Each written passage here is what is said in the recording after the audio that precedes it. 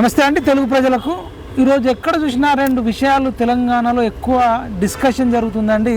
ఒకటి కేసీఆర్కి సంబంధించిన రజోత్సవాలు, వరంగల్లో మీటింగు కొన్ని లక్షల మందితో పెడుతున్నట్టు, అది కూడా గ్రామ గ్రామానికి బస్సులు తరలించినట్టు, మరి బస్సులో కూడా కొన్ని మందు తాగుతున్న వీడియోలు కూడా వైరల్ అవుతున్నాయి. వాళ్ళ కార్యకర్తలు ఉత్సవాలు జరుపుకుంటారు. ఇంకొకటి దేశవ్యాప్తంగా కూడా అంటే ఉగ్రవాదులు చేతిలో ఒక 30 మంది భారతీయులు చనిపోవడం కాశ్మీర్లో, అది మరి మినీ స్విట్జర్లాండ్ అంటారు, భారతీయ స్విట్జర్లాండ్ అంటారు.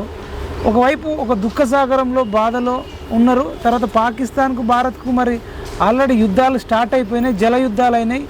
సింధు నదిని మరి సింధు జలాలను పాకిస్తాన్కు ఆపడం, అదేవిధంగా వాళ్ళు కూడా పాకిస్తాన్ చీఫ్ ఆర్మీ కానీ అక్కడ వాళ్ళు రెచ్చగొట్టే వ్యాఖ్యలు చేయడం, రక్తం వారిస్తాం, ఇది వారిస్తాం, మొత్తం అందరినీ మోడీని కూడా లేపేస్తాం, అది ఇది అని చెప్పేసి వాళ్ళు వార్నింగ్లు ఇస్తూ ఉన్నారు. ఇటువైపు కేసీఆర్ ఉత్సవాలు జరుగుతున్నాయి. దీనిపైన మనకు ఓయూ శంకర్ అన్న అందుబాటులో ఉన్నాడు. అన్నని అడిగి తెలుసుకుందాం ఎట్లా ఉంటుంది ఈ ఇష్యూ. అన్న నమస్తే. నమస్తేనే. ఎట్లా చూస్తారన్న ఇప్పుడు ఈ జరుగుతున్న ఈ రెండింటిని? ఒకవైపు బాధలో ఉన్నారు, ఇంకోవైపు ఉత్సవాలు జరుగుతున్నాయి. దాన్ని ఎట్లా చూస్తారు? ఇప్పటిదాకా కేసీఆర్ కూడా దీని మీద స్పందించలే, ఉగ్రవాదుల దాడిపైన. వీళ్ళంతా సుడో సెక్యులర్లు. దేశం అంటే, దేశ అభిమానం అంటే వీళ్ళకి ఏందో తెలియదు అసలు. ప్రపంచంలో ఇజ్రాయెల్ని చూసి నేర్చుకోవాలి దేశభక్తి అంటే ఏందో అన్నది. పక్కకు చైనా గురించి కూడా సంకలు కొడతారు కదా సన్నాసులు, ఆ సంకలు కొట్టి చైనాను చూసి దేశభక్తి అంటే నేర్చుకోవాలి. సంకరజాతి మనుషులు కదా. భారతదేశంలో 100కి 25% సంకరజాతి మనుషులే ఉన్నారు. వీళ్ళకి దేశభక్తి గురించి ఏం తెలుస్తుంది?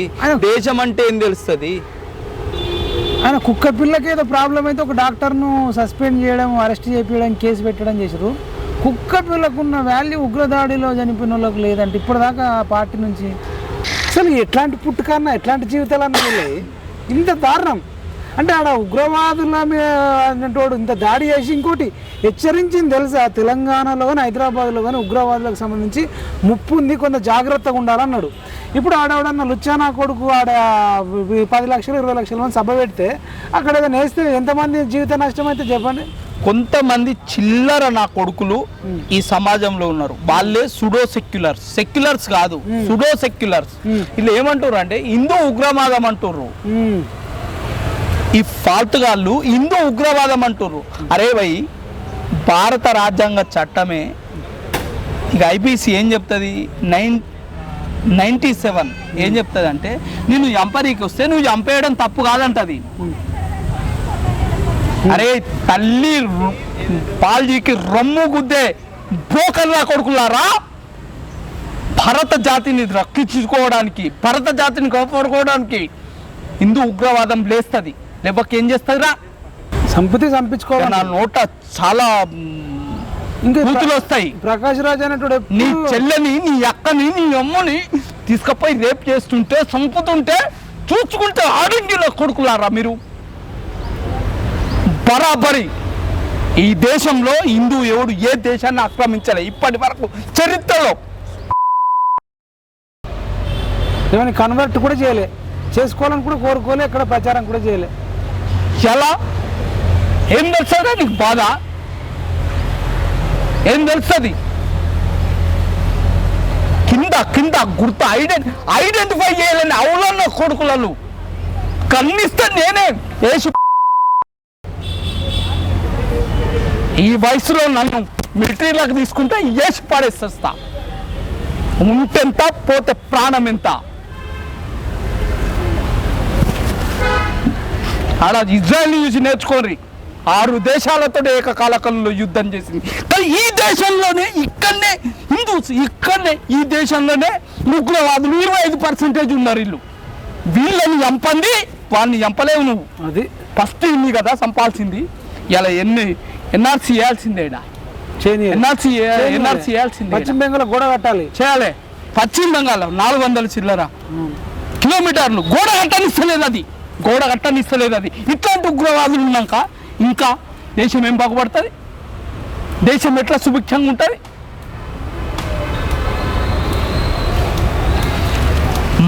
మాట్లాడే ముందు కొడకల్లారా జాగ్రత్తగా మాట్లాడుండ్రి. ఎలా వాళ్ళు కనుక ఎంట్రీ అయితే రేపు కేసీఆర్ నైనా కేటీఆర్ నైనా అందుకనే నేను ఏమంటున్నా అంటే మళ్ళీ ఎప్పుడన్నా సర్జికల్ స్ట్రైక్ చేసినప్పుడు ఈ అయ్యా కొడుకులని అవసరం అయితే బామ్మర్దిని ముగ్గురిని వాళ్ళు వెంబడి ఇచ్చి కట్టి పంపించాలి. సర్జికల్ స్ట్రైక్ ఏందో ఆధారాలు కావాలంటే సాక్ష్యం ఉండాలి కదా, వీళ్ళని తీసుకుపోవాలి సాక్ష్యాలుగా. మనుషుల వీళ్ళని కనీసం జవాన్లు చేస్తున్న త్యాగానికి వాళ్ళ ఫ్లెక్సీలు ఉండన్నా, వాళ్ళ మీద పాటలు రావన్నా, ఈ లఫుట్గాళ్ళ మీద పాటలు, మళ్ళీ ఫ్లెక్సీలు, కటౌట్లు. ఇప్పుడు మన దేశానికి జవాన్లు అవసరమా కేసీఆర్? జవాన్లు లేకపోతే అసలు మనం ఇప్పుడు అన్న వాళ్ళు ఇట్లా అడ్డు గోడలక్క నిలబడరు తెలుసా? అరే అరగంట అనుకుంటా షిఫ్ట్ మారే టైంలో వచ్చి కలిసిపోయినారు. షిఫ్ట్ మారే టైంలో మరి వీళ్ళకి అర్థం చేసుకోవాలి వీళ్ళని. ఇక దాని మీద ఎవడెవడో ఏమేమో మాట్లాడతాడు. ఇంటెలిజెన్స్ ఏడవైంది, అది ఏడవైంది, ఇది ఏడవైంది అని మాట్లాడుతుండ్రు. పాకిస్తాన్ నుంచో ఆఫ్ఘనిస్తాన్ నుంచో వస్తే నువ్వు ఆపుతావు. వాళ్ళు టెర్రరిస్టులు ఏం చేస్తారు తెలుసా? తెలివిగా నేను గమనించింది, నేను తెలుసుకుంటుంది, వాడు మన దేశంలో ఉన్నోడికే బ్రెయిన్ వాష్ చేసి వాడిని టెర్రరిస్టులు చేస్తారు. అదే చెప్తున్నా, 25% ఈ సుడో సెక్యులర్ అనే టెర్రరిస్ట్ ఈడేనే వాడైంది కదా. ఇప్పుడు హైదరాబాద్ లో కూడా టెర్రరిస్టులు ఉండొచ్చు. మన గతంలో సూర్యాపేటలో, నిజామాబాద్ లో, కరీంనగర్ తల కొట్టుకొని నువ్వు అడిగే క్వశ్చన్ కు తల కొట్టుకొని చావాలి. ఎంఐఎం పార్టీకి సంబంధించిన కళాశాలలా హెచ్ఓడిగా, ఒక విభాగానికి హెచ్ఓడిగా ఒక ఉగ్రవాది ఉన్నాడంటే అది ఎన్ఐఏ వాటి వచ్చి పట్టుకునేదాకా వాడికి తెలియదు. అది ఇంత మోస్తున్న 10 లక్షల మంది రోహింగ్యాలు ఉన్నారు. ఎవంది సొమ్ము, ఎవంది సోకు. అక్కడ పశ్చిమ బెంగాల్లో మమతా బెనర్జీ, ఇక్కడ కేసీఆర్ ఉన్నప్పుడు ఎట్లా విచ్చలవిడిగా రోహింగ్యాలు వేడి లేచి పంపుతుండు అమెరికాలో అక్రమంగా ఉంటే. ఏం ఈ దేశం ఏమన్నా డంపాడా? అది ఈ దేశం ఏమన్నా డంపాడా? చెత్త కుప్పనా? ఎట్లా పడితే మేము కట్టిన సొమ్ముని పందు లెక్క మేపుకుంటూ మన మీద దాడులు చేపించుకోవడానికా? బరాబరే ఎన్ఆర్సీ చేయాలి. ఈ భారత ప్రభుత్వానికి చిత్తశుద్ధి ఉంటే వీళ్ళ అయ్య జాగిరి కాదు, వీళ్ళ తాత జాగిరి కాదు, మా సొమ్ము కదా, మేము పెట్టేది కదా. ఎన్ఆర్సీ చేయాలి. ఈ దేశంలో ఉన్న ప్రతి ఒక్కడు కార్డు చూపించాల్సిందే. ఎందుకు చూపించాడు కార్డు? అయోధ్య రామ మందిరం గురించి నీకు విచారణ జరిగినప్పుడు 500 ఏళ్ళ రాముని చారిత్రక ఆధారాలు చూపించినప్పుడు ఇక్కడ ఎందుకు చూపించాడు? ప్రతి ఒక్కడు చూపించాల్సిందే ఆధారం. ఎందుకు చూపించావు?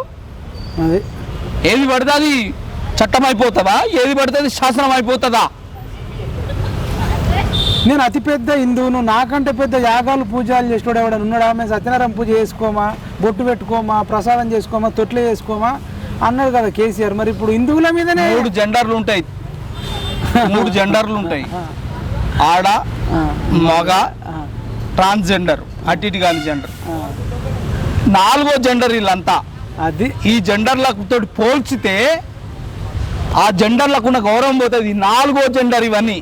అదైనా జిప్ ఓపెన్ చేసి హిందువు అయితే కాల్ చేస్తే మరి అతిపెద్ద హిందువు అనేటోడు ఇప్పటిదాకా మాట్లాడతలేడంటే మరి ఇట్లాంటివన్నీ మనం 10 ఏళ్ళు ఎట్లా భరించినామని నాకు ఇప్పుడే షాకింగ్ అనిపిస్తుంది. మళ్ళీ అధికారం కోసం ఇలా మీటింగ్. నేను చెప్తున్నా, ఇవాళ దేశంలో 100% అన్ని కుటుంబ పార్టీలే.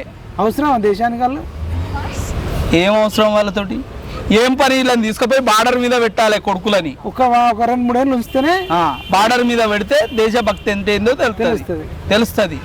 కనీసం అవగాహన లేదు, చరిత్ర గురించి అవగాహన లేకుండా ఈ అడ్డగోలుగా మాట్లాడుతున్నారు.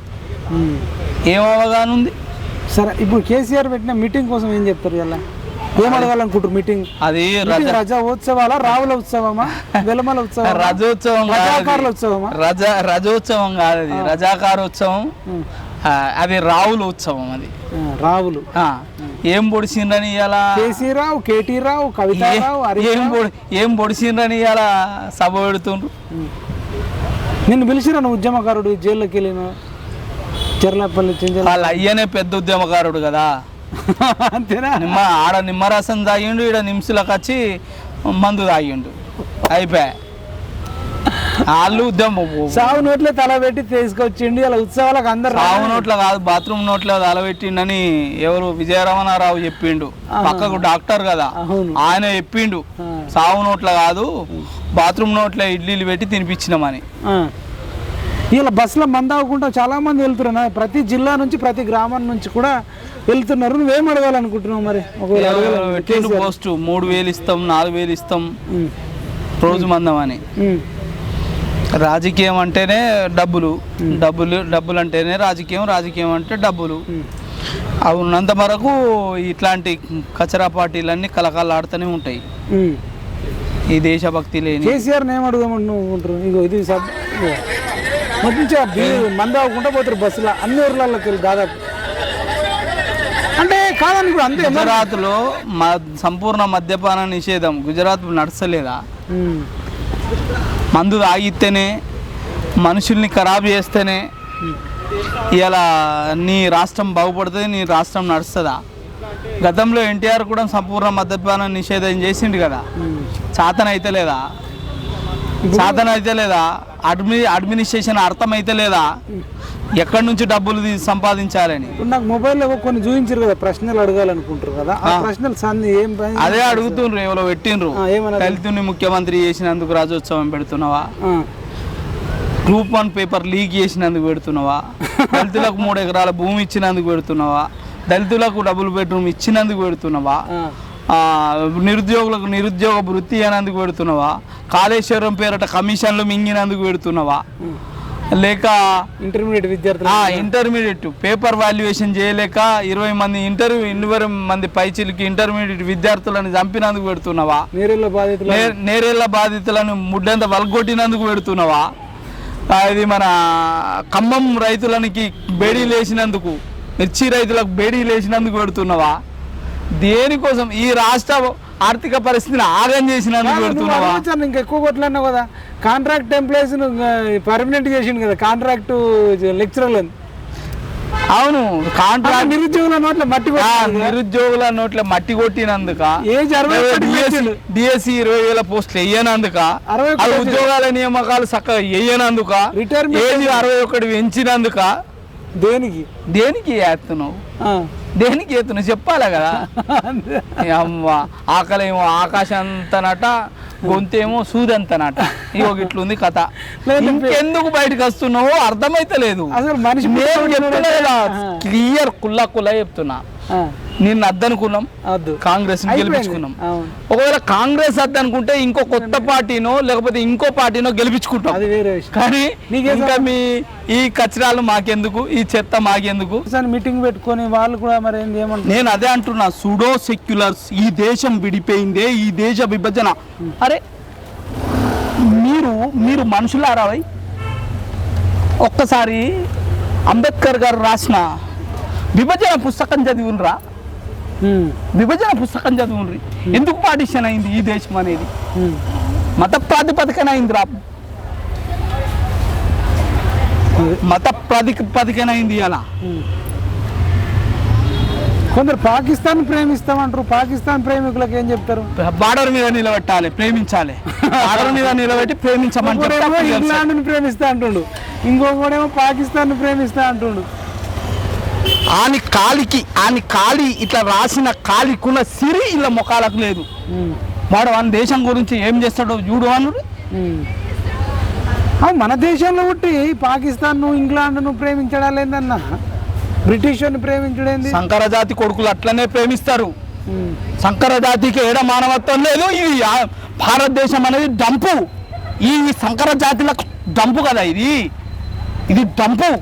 ఈ ప్రకాష్ రాజు లాంటి ఏం చెప్తాడు? ఒక్క మాట మాట్లాడతలేడు వాడు. వాడు మనిషి అన్నాడా? మానవ రూపంలో ఉన్న మృగం వాడు మృగం. వాడు సినిమా హీరోలు ఏమంటే ఆడియన్స్ పడతారు, వాడు ఒక్కడు స్పందిస్తలే. ఇప్పుడు జవాన్లు లేకపోతే మనం చచ్చిపోతాం. ఇప్పుడు జవాన్లు హీరోలా, సినిమాలలో ఉండేటోడు హీరోనా? సినిమా హీరోలు ఒక్కడు బయటకు రాలి ఇప్పుడు దాకా, ఒక పోస్ట్ పెట్టలే. పెద్ద స్టార్లు, ఒక పవన్ కళ్యాణ్ మాట్లాడండి అంతే. మాట్లాడాలంటేనే వీళ్ళ గురించి నేను చెప్తున్నా కదా మైపాల్. అంతేనా? 25% ఈ దేశంలో ఉగ్రవాద వేసుకొని భారతీయులం అనేటోళ్ళు ఉన్నారు. ఉగ్రవాదులు 25% ఉన్నది. అది దాన్ని ఏరాలి. ఫస్ట్ ఈ దేశం పరదేశం మీద యుద్ధం చేయాలంటే ఈ దేశపోడు దేశభక్తుడై ఉండాలి. ఇప్పుడు పాస్టర్ ప్రవీణ్ చనిపోతే అంతమంది బయటకు వచ్చారు. హర్షకుమార్ ఇలా నేను చెప్తున్నా కదా, నా భారత జవాన్కి ఏమన్నా అయితే ఆ ప్లేస్ రిప్లేస్ చేయడానికి వెళ్ళిపోతా నేను. ఆ జవాన్కి నా సేవలు ఏమైనా అవసరం పడితే వెళ్ళిపోతా నేను బార్డర్ మీదకి. నా దేశం ముఖ్యం, నా భరత భూమి ముఖ్యం, దానికోసం పనిచేస్తా. పనికి మాసిన పుట్టుక ఎందుకు రాబాయ్?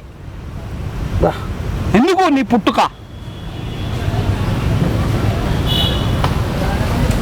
అంటే తంపైపోయింది, ఇది తంపైపోయింది. 10 లక్షల మంది రోహింగ్యాలు తెలంగాణలో. కేసీఆర్ అంటూ పాకిస్తాన్ గింతంత దేశం, దానికోసం ఇంత అవసరమా మీరు రాజకీయాలు చేస్తున్నారని అంటుండు. విన్నారు కదా మీరు వీడియో. ఏం తెలుస్తుంది అజ్ఞానానికి, విచక్షణ లేని బుద్ధిహీనులకి ఏం తెలుస్తుంది? ఆయన వీడియోనే ఆడియో వైరల్ అవుతుంది. పాకిస్తాన్ గింతంత దేశం, దాని చేతిలో తెలంగాణ రాష్ట్రం పెడితేనే అడక తిని కుక్కలు దింపిన విస్తారి చేసి అడక తినేటట్టు చేసినావు కదా. ఇంకా దేశం పెడితే ఇంకేం చేస్తావు? Pakistan is not the problem at all. Very small fellow. Not Pakistan, what to fail? కొడితే పోతాడు. మీరే కొడతలేరు అన్నట్టు చెప్తున్నాము. Pakistan, what to fail? కొడితే పోతాడు. Pakistan is not the problem at all. ప్రాబ్లమే కాదంటున్నా పాకిస్తాన్. మరి ఇలా పాకిస్తాన్ వాడే పంపి మరి ఆంధ్రోళ్ళ నిలగొట్టడానికి ఇన్ని సంవత్సరాలు ఎందుకో ఉద్యమం చేసిండు. ఇంట్లోనే కదా, అవును, మంది కాదు కదా. ఆంధ్రోళ్ళ మీద ఇన్నేళ్ళు ఎందుకు ఉద్యమం చేపించిండు? ఇంతమందిని ఎందుకు చంపించిండు? ఇంతమంది మమ్మల్ని అందరినీ జైలు ఎందుకు పెట్టించిండు? కాశ్మీర్ దగ్గర కూడా పొద్దున్న లేస్తే పాకిస్తాన్ కింద దేశం అధ్యక్ష తీసి గట్టి కొడుతుంది ఉదాహరణ. మనం ఎక్కడ, మన సంఖ్య ఎక్కడ, వాళ్ళు ఎక్కడ? పొద్దున పట్టుకొని గుంతుడు, సాయంత్రం కమీజ్ గుంతుడు. అంటే ఏమంటుండే నీలాంటోడు ఉంటే ఇట్లానే ఉంటుంది దేశం. మరి నీలాంటోడు ఉంటే ఇట్లానే ఉంటుంది సమస్య, దేశం రక్షణ. మరి ఇప్పుడు కావాలని చేస్తున్నారు అనే లైన్లో మాట్లాడుతున్నాడు. ఎవడన్నా కావాలని చేస్తారా? ఆయన చేస్తాడు, కావాలని ఆయన చేస్తాడు. ఆయన లక్షణాలు అన్నారు. ఇప్పుడు ఆంధ్ర నుంచి విడిపోవాలనుకున్నాం. మరి గింతంత పని అయినప్పుడు మనకి ఎన్ని ఏళ్ళు ఎందుకు పట్టింది? మరి 60 ఏళ్ళు పట్టింది కదా. తందాక వస్తా కానీ తెలియదటగా. తందాక వస్తే తెలియదు. అది ఇప్పుడు కేసీఆర్ కు మన ఫ్యామిలీకి బుద్ధి రావాలంటే ఏం చెప్తారు? సుత్తే చేతులు ఉంటే కనిపించిన వస్తువు వల్ల మొల లెక్కనే కనిపిస్తుందంట. సుత్తే చేతులు ఉంటే మొలనే వేసి కొడుతూనే ఉంటారు. సుత్తే ఏమున్నది? ఇప్పుడన్నా మన పిఎంఆర్ టీవీ ఛానల్ ద్వారా ఈ దేశద్రోహులు ఇప్పటిదాకా దీని మీద స్పందించని పెద్ద పెద్ద రాజకీయ నాయకులకు, ఎస్పెషల్గా మన తెలంగాణ కాబట్టి కేసీఆర్ ప్రధానమంత్రి అయితే అంటున్నాడు కాబట్టి కేసీఆర్ ఫ్యామిలీ అనేటోడికి ఏం చెప్తారు? నేను ఇప్పటి వరకు ఈ దేశంలో ఉన్న ప్రతిపక్ష పార్టీలు ఇలా అమానవీయ సంఘటన జరిగింది. ఆఖరికత్తే ఇలా ఇస్లాం మతం ఎప్పుడు కానీ కాఫీర్ని చంపమని చెప్తుంది. సోదరభావం అనేది ముస్లిం మధ్యనే అని చెప్తుంది. అట్లాంటి వాళ్ళు కూడా వచ్చి అలా సంఘీభావం తెలిపారు. ఆ ఎంఐఎం పార్టీ వచ్చి కూడా సంఘీభావం తెలిపారు. కానీ ఈ సంకరజాతి కొడుకులు మేము భారతీయులమని చెప్పుకోకూర్రి, ఈ రాజకీయాలు చేయకూర్రి. పాకిస్తాన్ నేను హిందూ గాని బొందు గాని అని రాజకీయాలు చేయకూర్రి. అతి పెద్ద హిందువును రాజకీయాలు చేయకూర్రి.